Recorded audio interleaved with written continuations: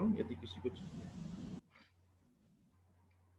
सबसे पहले तो ये चीज, ये डेट आपको बहुत अच्छे से अपने जहन में रखनी है, 13 अप्रैल सन 1919। दरअसल में 13 अप्रैल 1919 को व्यक्ति जो है वायसराय, वो है लॉर्ड चेम्सफोर्ड। पहला क्वेश्चन ये आपको बिल्कुल याद रखना पड़ेगा।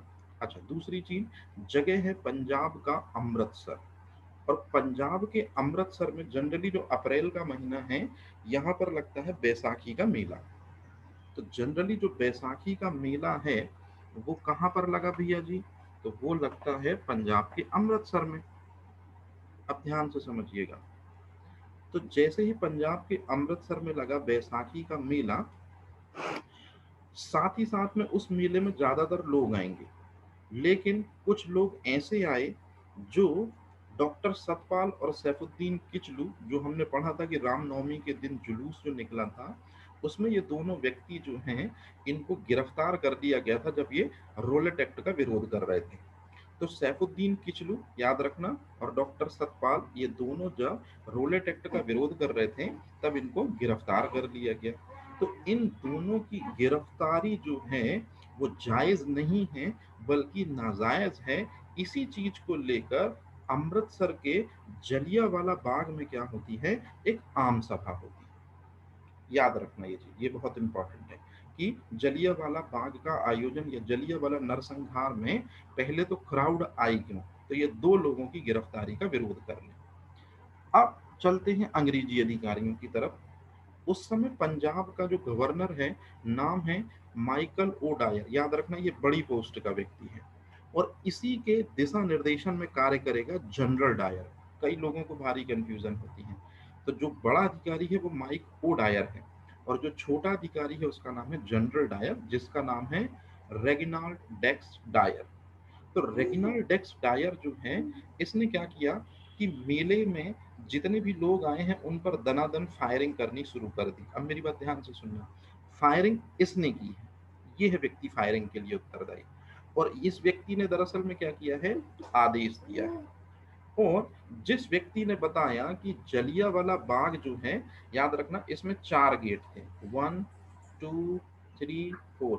उसमें जो सामने का गेट था वो काफी सकरा था और बाकी के 3 वो गेट थे वो क्लोज थे। मतलब क्राउड जो गई वो सकरे वाले गेट से होकर अंदर गई।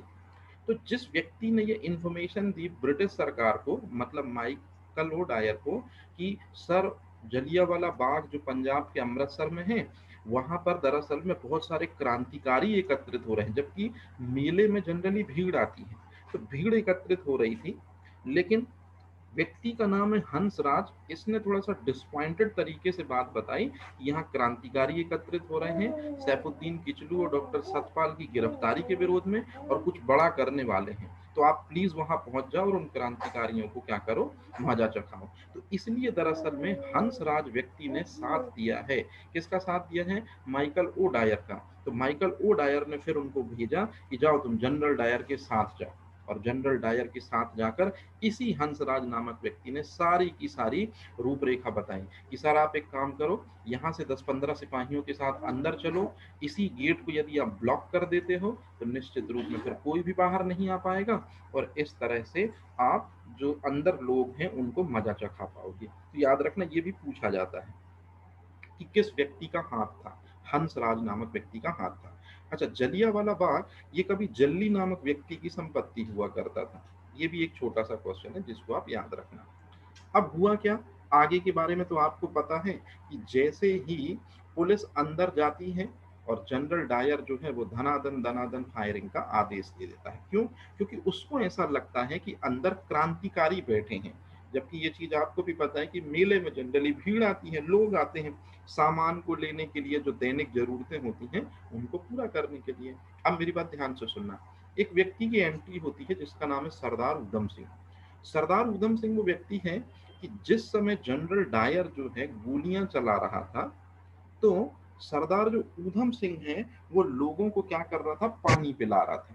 तो जैसे ही दनादन गोलियों की फायरिंग सुनते हैं सरदार ऊधम सिंह, तो वो क्या करते हैं कि जो मृत व्यक्ति थे जो जमीन में गिर रहे थे, उन्हीं मृत व्यक्तियों के को ऊपर अपने को सेफ कर लेते हैं। मतलब जैसे ये एक डेड व्यक्ति है और ये एक डेड व्यक्ति है, तो ऊधम सिंह जो हैं वो क्या करेंगे, सबसे नीचे हो जाएंगे और एक लाश को अपने ऊपर रख लेंगे और दूसरी लाश को अपने ऊपर रखकर सेव कर लेंगे। ये इसलिए किया क्योंकि उनको लगता है कि जो भी इस हत्याकांड का दोषी होगा उसको मैं निश्चित रूप में आगे चल के कभी न कभी क्या दूंगा, सजा दूंगा। मतलब जलियांवाला बाग हत्याकांड जिसमें लगभग लगभग 2000 से ज्यादा लोग मारे गए थे और पता नहीं कितने घायल हुए थे, निश्चित रूप में इस हत्याकांड का बदला जरूर लेगा कौन, सरदार ऊधम सिंह। तो सरदार ऊधम सिंह के बारे में एक छोटा सा क्वेश्चन पूछा जाता है, मेरी शादी मौत से ही होगी, मतलब मेरी जो दिलरुबा है वो कौन है, मौत है। ये है सरदार ऊधम सिंह का स्टेटमेंट। और सरदार ऊधम सिंह जनरल डायर को मजा चखाने के लिए क्या करते हैं, लंदन जाने की बात करते हैं। सन 1933 में ये अपना पासपोर्ट भी बनाते हैं, लेकिन पासपोर्ट में अपना ओरिजिनल नाम ऊधम सिंह नहीं देते हैं, बल्कि अपना नाम देते हैं शेर सिंह। तो ये चीज आप याद रखेंगे कि शेर सिंह का संबंध किस क्रांतिकारी से है, तो याद रखिएगा सरदार ऊधम सिंह से है। क्लियर है ये चीज। अब मैं थोड़ी सी आगे की घटना बता रहा हूँ कि जलियांवाला बाग हत्याकांड जो है उसका बदला लिया जाता है, किसके द्वारा लिया जाता है, सरदार ऊधम सिंह के द्वारा। कैसे लिया जाता है, 13 मार्च 1940, याद रखिएगा अभी हम 1919 में हैं, लेकिन मैं आपको थोड़ा सा आगे ले चल रहा हूँ, 20 साल आगे ले चल रहा हूँ। तो 13 मार्च 1940 को सरदार ऊधम सिंह जो है वो लंदन पहुंचते हैं और लंदन में एक हॉल है जिसका नाम है कैक्सटन हॉल। इसी कैक्सटन हॉल में संबोधित कर रहा है, अब आप बहुत गौर से देखिए मैं क्या बता रहा हूँ आपको, जो व्यक्ति संबोधित कर रहा है वो पंजाब का गवर्नर है माइक ओ डायर। याद रखिएगा यहाँ जनरल डायर नहीं है, माइक ओ डायर है, मतलब वो बड़ा अधिकारी जिसने आदेश किया था। तो वही जब कैक्सटन हॉल को संबोधित कर रहा है तो उसी माइक ओ डायर को पिस्तौल से गोली मार देते हैं। दरअसल में जो व्यक्ति हैं ऊधम सिंह वो अंदर दाखिल होते हैं कैक्सटन हॉल के, उनके हाथ में एक किताब होती है, उस किताब के कारण कोई भी व्यक्ति उन पर शक नहीं करता है। वास्तव में उसी किताब के अंदर के पन्ने कुछ फाड़ दिए गए थे और इस तरह से डिजाइन किया गया था कि एक बंदूक आ जाए, तो इस तरह से उसी किताब में से बंदूक निकालकर और इनको मार दिया जाता है। तो याद रखना जलियांवाला बाग कब का हत्याकांड कब हुआ था, 13 अप्रैल 1919, और इस व्यक्ति को गोली मारी गई है 1 महीने पहले, मतलब अप्रैल से पहले पहले आता है मार्च, तो 13 मार्च को गोली मारी गई है, लेकिन थोड़ा सा टाइम लग जाता है 1940। तो ये है दरअसल में वो घटना। अब उसी के बाद इनको ऊधम सिंह को पकड़ लिया जाएगा और मैंने आपको बताया था पैंटन विलेज जेल जहां मदन लाल ढींगरा है वहीं पर इनको फांसी दे दी जाएगी। ये बहुत इंपॉर्टेंट। अब सवाल पैदा होता है कि जनरल डायर ने जो दनादन दनादन फायरिंग करी थी कहाँ, पंजाब के अमृतसर में, इस कारण से एक व्यक्ति है इंडियन व्यक्ति शंकरन नायर, ये उस समय जो वायसराय है, कोई मुझे बताएगा कौन है वायसराय, जरा जल्दी से बताओ वायसराय कौन है जलियांवाला बाग हत्याकांड के समय, मैंने शुरू में ही बताया था आप लोगों को।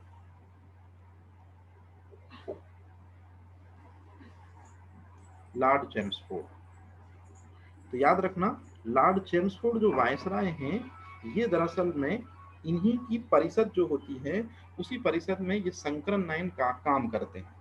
और याद रखना किन मुद्दों पर शंकरन नायन काम करते थे कि जो भी कानून निर्माण के मुद्दे होते थे उन पे अपनी राय दिया करते थे, किसको, वायसराय को। तो जब शंकरन नायर को पता चलता है कि ब्रिटिश सरकार ने इस तरह से गोलियों से भून दिया है हिंदुस्तानियों को, तो वो तत्काल क्या करते हैं, इस्तीफा दे देते हैं। अच्छा, रविंद्रनाथ टैगोर को जब ये पता चलता है तो ब्रिटिश सरकार के द्वारा दिए गए नाइटहुड के सम्मान को वापस लौटा देते हैं। महात्मा गांधी को 1915 में जो केसरी हिंद की उपाधि मिली थी, महात्मा गांधी उसको भी क्या करते हैं, लौटा देते हैं।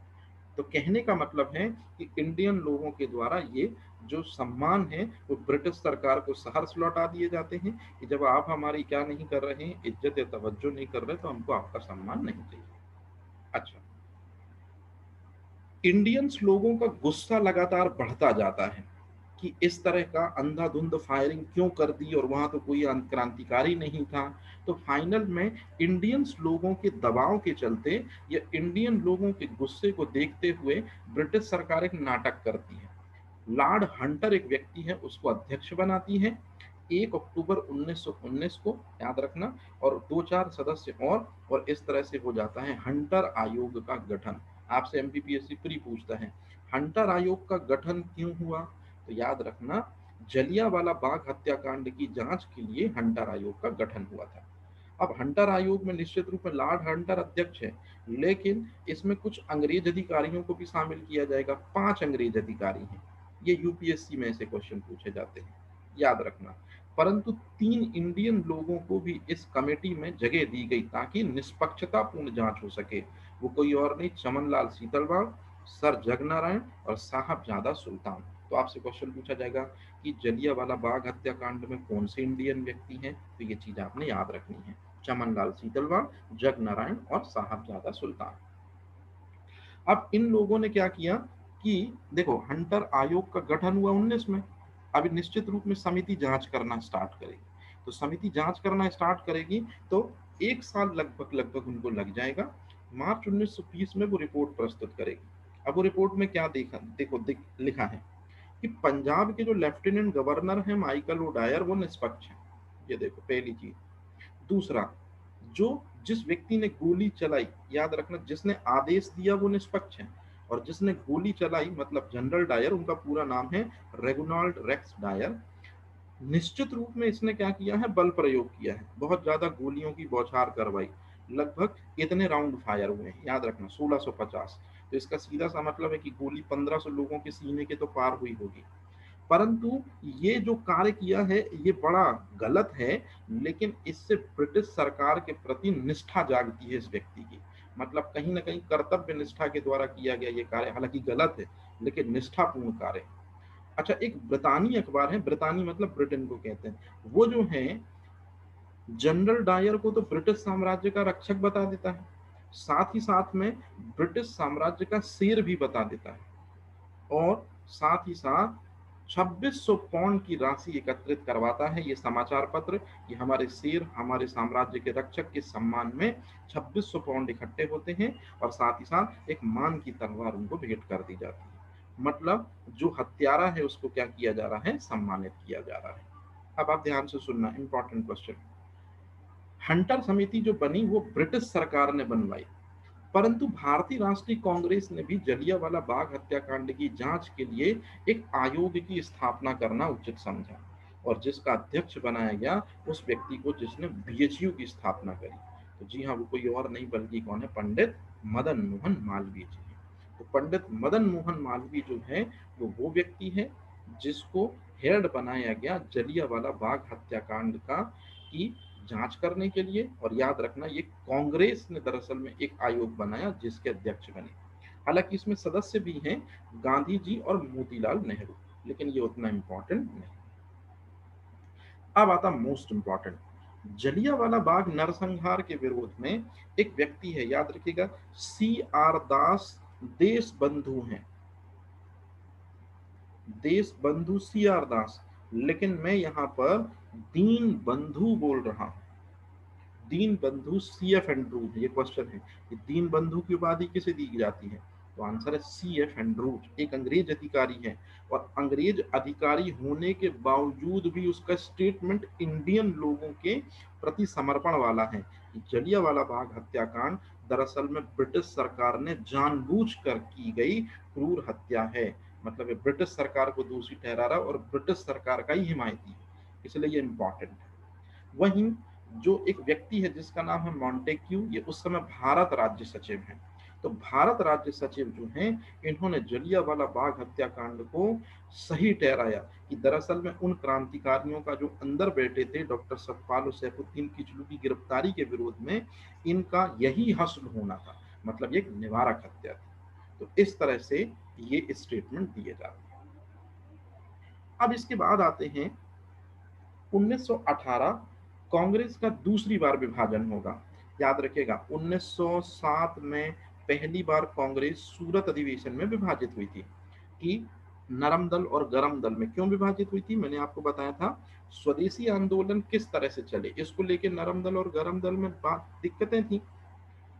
1918 में एक बार फिर से कांग्रेस दो पार्ट में डिवाइड होगी। अब क्यों होगी उसके लिए पहले आप समझिए, 1918 में भारतीय राष्ट्रीय कांग्रेस का अधिवेशन होता है बंबई में। एक मुस्लिम व्यक्ति इसका अध्यक्ष, जिसका नाम है डॉक्टर हसन इमाम। अब आता है बहुत इंपॉर्टेंट, हिंदुस्तानी लोग लगातार जलियांवाला बाग और प्रथम विश्व युद्ध में हिंदुस्तानियों ने क्या किया था, साथ दिया था ब्रिटिश सरकार का। तो ब्रिटिश सरकार ने कहा था कि हम हिंदुस्तानियों के ज्यादा से ज्यादा संवैधानिक अधिकारों का ध्यान रखेंगे। इसका मतलब क्या है कि किसानों को उनके अधिकार दिए जाएंगे, जमींदारों को उनके अधिकार दिए जाएंगे, लोगों को जो सेना में भर्ती थे, ब्रिटिश सरकार की ओर से लड़े थे, उनके अधिकारों का ध्यान दिया जाएगा। मतलब ये आग दिन ब दिन जो है ये फैलने लगी कि हर कोई समाज का व्यक्ति ब्रिटिश सरकार से क्या मांगने लगा, उम्मीदें लगाने लगा, और लगातार जो है वो बढ़ता जा रहा है खतरा। तो ब्रिटिश सरकार का जो उस समय भारत राज्य सचिव है, उसने कहा, उसने सोचा कि यदि यार भारतीयों का सच में संवैधानिक सुधार नहीं किया, या भारतीयों को यदि उनके अधिकार नहीं दिए, तो ये निश्चित रूप में फिर 1857 जैसी कोई क्रांति ना खड़ी करते। तो उस समय जो भारत राज्य सचिव है, याद रखना ये भारत राज्य सचिव जो है, ये महारानी विक्टोरिया और भारत के वायसराय के बीच की कड़ी होता है। ये दरअसल कहने का सीधा सीधा सा मतलब कि क्वीन एलिजाबेथ जो है और जो तत्कालीन वायसराय हैं, उनके बीच मीडिएटर का काम करता है। तो तत्काल भारत राज्य सचिव ने क्या की, महारानी विक्टोरिया से मिलकर कि वो बहुत ज्यादा असंतोष बढ़ रहा है लोगों में, तो मैं काम करता हूँ, आप मुझे बताओ क्या करूं। तो महारानी विक्टोरिया उसको दिमाग देती कि तुम एक काम करो, घोषणा कर दो कि जो वायसराय हैं हिंदुस्तान में, है ना, जो मेरा ही एक प्रतिनिधि है, 1858 के बाद वायसराय महारानी विक्टोरिया का आदमी हो गया, ईस्ट इंडिया कंपनी का आदमी अब नहीं रह गया। तो वायसराय की जो परिषद होगी उसमें भारतीयों को शामिल किया जाएगा, मतलब उनको उनके कानून बनाने का अधिकार दिया जाएगा। इस तरह की क्या कर दो, घोषणा कर दो। अब याद रखना ये केवल घोषणा हुई है, मुंह से बात बोली गई है। अब इसी बात को लेकर कांग्रेस के दो दलों में फिर डिवाइडेशन हो गया, या इसी बात को लेकर कांग्रेस में दो दल बन जाते हैं। कुछ लोग कहते हैं कि नहीं नहीं, महारानी विक्टोरिया और ये भारत राज्य सचिव मॉन्टेस्क्यू ने यदि बोला है कि वो प्रशासनिक सुधार करेंगे, भारतीयों को ज्यादा से ज्यादा उनके अधिकार देंगे, तो नहीं नहीं ये सही कह रहे हैं। परंतु कुछ लोग कांग्रेस में ऐसे हैं जो कह रहे हैं नहीं नहीं, ये तो ऐसा कुछ भी नहीं होने वाला है, ये सब केवल और केवल पूरी बातें हैं, ब्रिटिश सरकार ने कभी अपना वादा पूरा नहीं किया। प्रथम विश्व युद्ध में हमसे काम करवा लिया और फिर उसके बाद जब हमने अधिकार मांगे तो रोलेट एक्ट दिया। मतलब कुछ लोग जो हैं वो मॉन्टेस्क्यू की बात का समर्थन कर रहे हैं और कुछ विरोध कर रहे हैं। इसीलिए दरअसल में 1907 के बाद 1918 में भी क्या हो जाती है भैया जी, फूट पड़ जाती है। ये चीज आप जरूर याद रखें, ये बहुत इंपॉर्टेंट है। क्लियर है ये चीज। अब अपन चलते हैं मॉन्टेस्क्यू चेम्सफोर्ड सुधार, मतलब 1919 का। अब अपन देखते हैं अधिनियम। तो 1919 का अधिनियम ये हमेशा से कॉम्पिटिटिव एग्जाम में पूछा जाता रहा है, जिसको आपको न केवल पढ़ना है बल्कि बहुत अच्छे तरीके से इसको दिमाग पे भी रखना है। तो चलिए सुधार बात करते हैं। मॉन्टेस्क्यू चेम्सफोर्ड सुधार मतलब 1919 का भारत शासन अधिनियम। तो आपसे क्वेश्चन पूछा जाएगा कि 1919 में, ये आपने पॉलिटी में भी बहुत अच्छे से पढ़ा होगा, मैं आपको केवल मुद्दे की चीजें बता रहा हूँ। उस समय भारत राज्य सचिव है मॉन्टेस्क्यू। याद रखना, जैसे पूछा जाए मॉन्टेस्क्यू चेम्सफोर्ड सुधार में मॉन्टेस्क्यू कौन है, भारत राज्य सचिव। मैंने अब ये भी बताया, महारानी विक्टोरिया और वायसराय के बीच का दरअसल में क्या है, ये व्यक्ति है। और वायसराय कौन है, लॉर्ड चेम्सफोर्ड है। तो ये दो बहुत इंपॉर्टेंट चीजें हैं, अब ध्यान से समझिए। अब भारत शासन अधिनियम 1919 में बहुत सारी बातें बोली गई। अब उनमें से कुछ जो बातें हैं मैं आपके सामने बता रहा हूं। जैसे पहली बात है भारत सचिव पद के वेतन की व्यवस्था।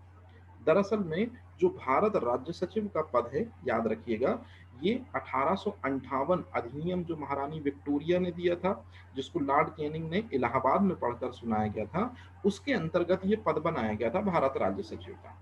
परंतु भारत राज्य सचिव जो है, ध्यान से सुनिए मेरी बात, बहुत इंपॉर्टेंट बात बोल रहा हूँ, कि भारत राज्य सचिव पद जो महारानी विक्टोरिया ने 1858 के अधिनियम से बनाया था, उस व्यक्ति को वेतन और जो भी सुख सुविधाएं हैं वो इंडियन राजस्व से दी जाती थी। मतलब हिंदुस्तान में ईस्ट इंडिया कंपनी यदि काम कर रही थी तो ईस्ट इंडिया कंपनी को दरअसल में इस व्यक्ति को पैसा रुपया देना पड़ता था। परंतु 1919 के एक्ट के दौरान ये बात जांची गई और पहचानी गई और महसूस की गई कि जो ये व्यक्ति है भारत राज्य सचिव, मेरी बात ध्यान से समझिएगा, ये महारानी विक्टोरिया और वायसराय के बीच में रहकर काम करता है, तो ये ज्यादा रिस्पॉन्सिबल है महारानी विक्टोरिया के प्रति। तो कायदे से महारानी विक्टोरिया मतलब ब्रिटिश कोर्स ही दरअसल में इसको क्या दें, इसको वेतन दें। तो इसके पहले वेतन ये देता था, वायसराय देता था, मतलब वायसराय का मतलब है ईस्ट इंडिया कंपनी देती थी। तो ये चीज व्यवस्था खत्म कर दी गई और ये व्यवस्था लागू कर दी गई कि अब इसको जो वेतन मिलेगा वो मिलेगा ब्रिटिश राजस्व कोष से। तो पहली तो चीज ये। दूसरा है भारतीय उच्चायुक्त की नियुक्ति। अब ये क्या है भैया भारतीय उच्चायुक्त की नियुक्ति, इसको भी समझिए। दरअसल में 1919 के अधिनियम में एक नया पद बनाया गया, उस पद का नाम है भारतीय उच्चायुक्त। और ये जो है भारतीय उच्चायुक्त ये लंदन में बैठेगा, परंतु इंडियन लोगों की जो दिक्कतें और परेशानी हैं उसको लेके ये बात करेगा, महारानी विक्टोरिया को बताएगा। तो चूंकि इंडियन लोगों की बातें कर रहा है इसलिए इसको वेतन भारतीय राजस्व से दिया जाएगा। ये फंसाने वाली चीज है 1919 के एक्ट में कि भारत राज्य सचिव को वेतन ब्रिटिश कोष से दिया जाएगा, जबकि भारतीय उच्चायुक्त जो है वो इंडियन लोगों के बारे में सोच रहा है, तो इसलिए इसको वेतन भारतीय राजस्व से दिया जाएगा। हमने पढ़ा था सन 1909 में मार्लिमेंटो सुधार में हमने देखा था कि मुसलमानों को संप्रदाय के आधार पर निर्वाचन का अधिकार दे दिया गया था। अब ब्रिटिश सरकार हिंदुस्तान को और तोड़ने की कोशिश कर रही है कि जहां सिख लोग ज्यादा हैं वहां से केवल सिख लोग ही चुनाव में खड़े होंगे, जहां ईसाई ज्यादा हैं वहां से केवल ईसाई लोग ही चुनाव में खड़े होंगे, और जहां यूरोपियंस का नंबर ज्यादा है वहां से यूरोपियंस ही चुनाव लड़ेंगे और उनको ये अधिकार दिए जाएंगे। तो कहने का मतलब है मुसलमानों के साथ सांप्रदायिक निर्वाचन प्रणाली जो 1909 में सही साबित हुई थी वो 1919 में इस बार सिखों, ईसाइयों और यूरोपियंस पे अप्लाई कर दी गई। ये ध्यान रखना है आपको। अब आता मोस्ट इंपॉर्टेंट चीज, प्रांतों में द्वैत शासन लागू किया गया। अब ये मैं बिल्कुल आपको नहीं बताऊंगा कि प्रांतों में द्वैत शासन लागू किया गया का मतलब क्या है, ये ऑलरेडी आप पॉलिटी में बहुत अच्छे से पढ़े होंगे। तो कहने का मतलब है कि ये मान लीजिए इतना बड़ा यदि हिंदुस्तान है, तो इतने बड़े हिंदुस्तान में उस समय बहुत सारे क्या हैं, प्रांत हैं। तो याद रखिएगा एक प्रांत या एक प्रदेश में दरअसल में दो शासन चलेंगे, और वो दो शासन में से दो सब्जेक्ट होंगे, एक होंगे हस्तांतरित विषय, एक होंगे आरक्षित विषय। तो अब जो बात मैं बोलने वाला हूँ वो सबसे अहम है, ये चीज आप याद रखिएगा, ये बहुत महत्वपूर्ण है। जो भी हस्तांतरित विषय हैं मतलब कृषि, शिक्षा, स्वास्थ्य और सफाई, ये दरअसल में लोकल इश्यूज हैं। इन लोकल इश्यूज पे जो है गवर्नर और उसकी परिषद में जितने भी सदस्य हैं वो कानून बना सकते हैं, जबकि रक्षा, विदेश, वित्त और पुलिस मतलब एक सरकार के वास्तविक जो मामले हैं, इसलिए वर्ड लिखा है आरक्षित, मतलब सरकार है तो ये मामले उसी के होंगे। इन विषयों पर गवर्नर और उसकी कार्यकारी परिषद कानून बना सकती है। तो ये है बहुत महत्वपूर्ण चीज। तो कहने का मतलब है कि प्रांतों में द्वैत शासन लागू होने का मतलब है कि प्रांत जो हैं अब वो भी दरअसल में क्या बना सकते हैं, कानून बना सकते हैं। लेकिन किन किन मुद्दों पर, कृषि, शिक्षा, स्वास्थ्य, सफाई मतलब लोकल इश्यूज पर दरअसल में कानून बनाया जा सकता है लोकल लोगों के द्वारा। लेकिन याद रखना वो एक बार ब्रिटिश सरकार के पास मतलब वायसराय की कार्यकारिणी परिषद के पास जरूर आएगा, और वायसराय की कार्यकारिणी परिषद ही उसको पास करेगी या अप्रूव करेगी। तो ये है प्रांतों में द्वैत शासन, ये मोस्ट इंपॉर्टेंट चीज है। अब इसी अवसर पर द्विसदनात्मक व्यवस्थापिका की स्थापना होती है। शायद ये चीज एक ऐसी है जो सबसे इंपॉर्टेंट है। यहाँ द्विसदनात्मक व्यवस्थापिका का मतलब है जैसे लोकसभा और राज्यसभा दो सदन है, बिल्कुल उसी तरह से संघीय सभा और केंद्रीय विधान परिषद का क्या होता है, गठन किया जाता है 1919 के एक्ट में। तो उच्च सदन संघीय सभा को बनाया गया, मतलब जैसे राज्यसभा होती है बिल्कुल उसी तरह से है ये संघीय सभा। और निम्न सदन मतलब लोकसभा जो भंग की जा सकती है, जिसका अध्यक्ष हर 5 साल में चुना जाएगा, बनाया गया केंद्रीय विधान परिषद जो लोकसभा के जैसे है।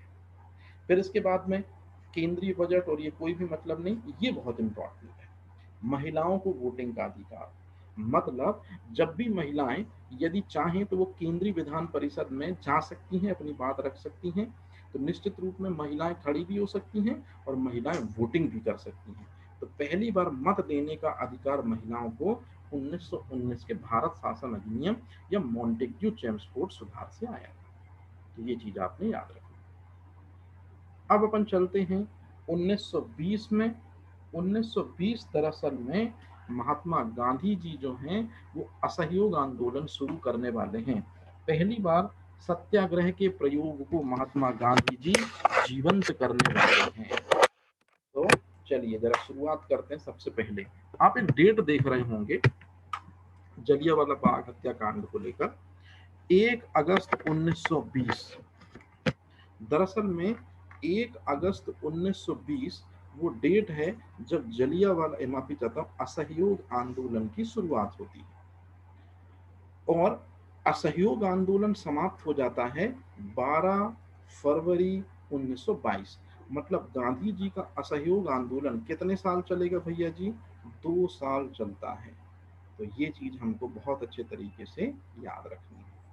अब दरअसल में हुआ क्या, पहले तो मैं आपको ये चीज बता दूं कि दरअसल में क्यों ये आंदोलन लिया गांधी जी ने। खिलाफत आंदोलन में दरअसल में हुआ क्या था कि जो तुर्की था उसने फर्स्ट वर्ल्ड वॉर में ब्रिटिशों के अगेंस्ट में लड़ाई की थी और फिर फर्स्ट वर्ल्ड वॉर में जब ब्रिटेन जीत जाता है तो वो तुर्की के जो खलीफा हैं उनके सारे अधिकार को छीन लेता है सेबर्स की संधि के तहत, और उनको काफी नीचा देखना पड़ता है तुर्की के खलीफा को।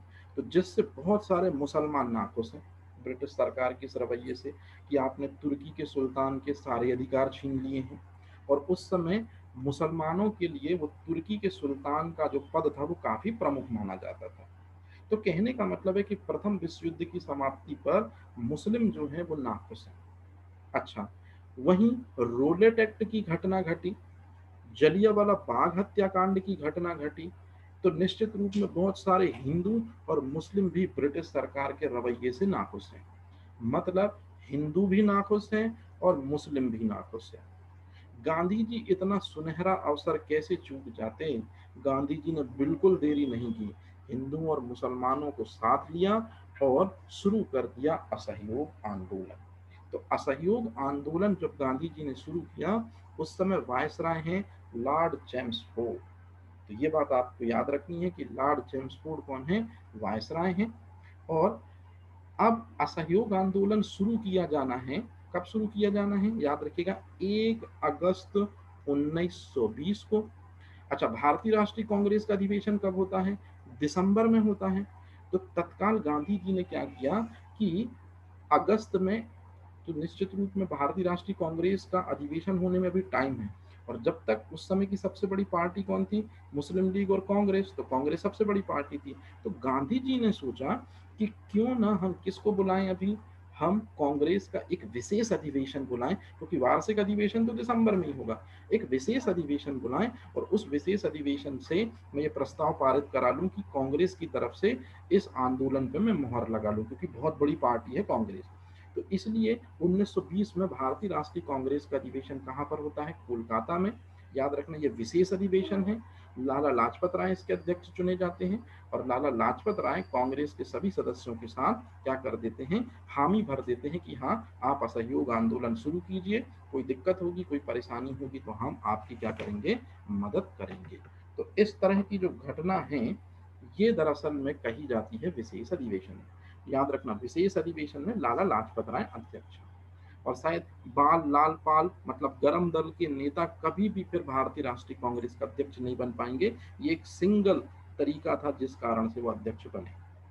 अब इन अवसर पर कांग्रेस जो है उसकी मांग क्या होगी? गांधी जी तो आंदोलन चलाएंगे लेकिन दरअसल में कांग्रेस की मांग क्या होगी कि शांतिपूर्वक और वैध तरीके से, वैध का मतलब यहाँ हिंसा नहीं, आप बात रखो, आप अपनी जुलूस करो, आप रैलियां निकालो, है ना, लेकिन किसी भी तरह का वायलेंस नहीं होगा। तो शांतिपूर्वक और वैध तरीके से स्वराज्य प्राप्त करना ये मकसद है कांग्रेस का। परंतु आंदोलन जो है वो 1 अगस्त 1920 को शुरू हो गया, याद रखिएगा। परंतु 1 अगस्त 1920 को कुछ हुआ ऐसा जिस वजह से महात्मा गांधी जी को यह आंदोलन कुछ समय के लिए रोकना पड़ा। दरअसल में 1 अगस्त 1920 को जैसे ही असहयोग आंदोलन की शुरुआत की गई, तो 1 अगस्त को बिल्कुल 10 बजे शुरू होना था ये आंदोलन। गांधी जी के पास 8 बजे ही खबर आ जाती है कि बीजी तिलक नहीं रहे। तो कहने का मतलब वो व्यक्ति जिसने असहयोग आंदोलन की पृष्ठभूमि तैयार की, वो असहयोग आंदोलन का परिणाम नहीं देख पाए। तो ये क्वेश्चन पूछा जाता है कि वो कौन सा दिन है या कौन सा व्यक्ति है जो दरअसल में समाप्त हो गया था उस दिन जिस दिन असहयोग आंदोलन का डे 1 था। अच्छा, अब यदि मैं आपसे पूछूं कि बीजी तिलक जो हैं उनका निधन हो जाता है, तो बापू जो है महात्मा गांधी वो कहते हैं कि मेरा सबसे कीमती जो कंधा है वो चला गया, माई स्ट्रॉन्गेस्ट बुलवर्क इज गॉन। और चिता की भस्म लेते हैं तिलक की और कहते हैं कि तिलक ने 1916 में लखनऊ अधिवेशन में जो बात बोली थी कि स्वराज्य मेरा जन्म सिद्ध अधिकार है और मैं इसे लेकर रहूंगा, तो तिलक के बाद अब मैं उस मंत्र को पूरा करूंगा। अच्छा, एक बात हमेशा याद रखना, गांधी जी एक ऐसा व्यक्तित्व है जिसको बहुत अच्छे से पता है कि मरे लोगों से भी फायदा कैसे लेना है, जिंदा से तो फायदा ले ही लेते हैं। गांधी जी ने क्या किया, तिलक स्वराज्य फंड की स्थापना करती, क्योंकि आंदोलन चलने के लिए पैसा तो चाहिए है। तो गांधी जी ने तिलक के लिए या तिलक को सहानुभूति देने के लिए या लोगों से सिंपैथी बटोरने के लिए उन्होंने कहा कि हम तिलक की याद को आगे बढ़ाएंगे, इस आंदोलन को रुकने नहीं देंगे, लेकिन इसके लिए हमको फंड चाहिए। तो देखते देखते 1 माह में 1 करोड़ रुपए उस समय जमा हो गए थे तिलक स्वराज्य फंड में। ये बहुत बड़ा अचीवमेंट था। तो ये भी क्वेश्चन पूछा जाता है कि तिलक स्वराज फंड जो है उसमें कौन सा व्यक्ति था जिसने 1 करोड़ रुपए जमा करवा लिए लोगों से, तो ये बात याद रखना, नाम है महात्मा गांधी। अच्छा, अब इस आंदोलन को चलाना है, असहयोग आंदोलन को कैसे चलाया जाए, तो गांधी जी ने 3 तरीके निर्धारित किए, सॉरी 2 तरीके निर्धारित किए। पहला, रचनात्मक कार्यक्रम हम करेंगे और कुछ विनाशात्मक कार्यक्रम करेंगे, लेकिन यहाँ विनाशात्मक कार्यक्रम का बिल्कुल ही मतलब नहीं कि हिंसा। नकारात्मक कार्यक्रम का मतलब क्या है कि जो ब्रिटिश सरकार के जो संस्थान हैं, जैसे ब्रिटिश सरकार के कौन कौन से संस्थान हैं, जैसे ब्रिटिश सरकार ने जो स्कूल खुलवाए हैं, जो कॉलेजेस खुलवाए हैं, जो ब्रिटिश सरकार की अदालतें हैं, जो ब्रिटिश सरकार का सुप्रीम कोर्ट है, या ब्रिटिश सरकार का जो प्रशासन तंत्र है, उसमें यदि कोई भी भारतीय शामिल हो रहा है तो निश्चित रूप में वो उसका बहिष्कार करे। ये है पहला। अगर आप ब्रिटिश सरकार के अधीन कोई नौकरियां कर रहे हैं तो हिंदुस्तानी लोग उन नौकरियों का बहिष्कार करें। यदि आपको कुछ स्पेशल उपाधि दी गई है तो आप उस उपाधि को या टाइटल को क्या करें, अलग कर दें। तो ये सबसे इंपॉर्टेंट चीज है जो आप याद रखना। रचनात्मक कार्यक्रम का मतलब है कि जैसे तिलक स्वराज्य फंड की स्थापना की गई तो वो रचनात्मक कार्यक्रम के द्वारा है। गांधी जी ने चरखे का प्रचार किया, क्योंकि ब्रिटिश सरकार की वस्तुओं का हम उपयोग नहीं करेंगे, कपड़ों का उपयोग नहीं करेंगे, तो अपने देश में बने कपड़े मतलब खादी का हम प्रमोशन करेंगे। तो चरखे की, अगर हम ब्रिटिश सरकार की शिक्षा व्यवस्था को नहीं अपनाएंगे तो हमको अपनी शिक्षा व्यवस्था अपनानी पड़ेगी, मतलब राष्ट्रीय शिक्षा पर जोर दिया। तीसरा जो चरण है वो है स्वदेशी का प्रचार। स्वदेशी का प्रचार का मतलब है कि जब हम अंग्रेजी सरकार के वस्त्र और वस्तुओं का यदि हम बहिष्कार करते हैं तो निश्चित रूप में अपने देश में हमको चीजों को क्या करना होगा, बनाना पड़ेगा।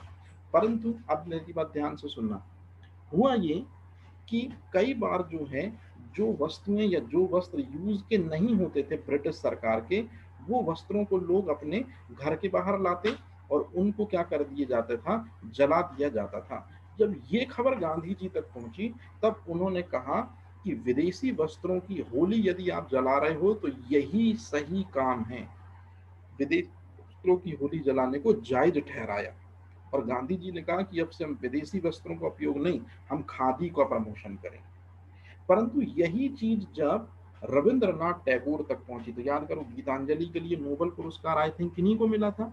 तो रविंद्रनाथ टैगोर जो है गीतांजलि के लिए जब नोबेल पुरस्कार इनको मिलता है तो ये ब्रिटिश सरकार के हिमायती हैं। तो जब ब्रिटिश सरकार के वस्त्रों को जलाया जाता है तो निश्चित रूप में ये व्यक्ति कहता है कि ये तो निष्ठुर बर्बादी है। इसी अवसर पर देश बंधु चित्तरंजन दास जो सुभाष चंद्र बोस के गुरु हैं, ये कहते हैं स्वराज्य आम जनता के लिए होना चाहिए। और कुछ ऐसी घटनाएं थीं जिन्होंने दरअसल में असहयोग आंदोलन को बाधित करने की कोशिश करी। और वो कौन कौन सी घटनाएं हैं, तो ये कुछ घटनाएं हैं ताना भगत आंदोलन, मोपला विद्रोह और चिराला पिराला आंदोलन। तो ये दरअसल में ऐसी कुछ घटनाएं हैं जिस वजह से असहयोग आंदोलन जो है वो क्या हुआ, सही तरीके से नहीं चला। इस तरह से अब इसके बाद अपन मिलते हैं 11 बजे, और इसके आगे की चीज को अपन क्या करते हैं, कंटिन्यू करते हैं।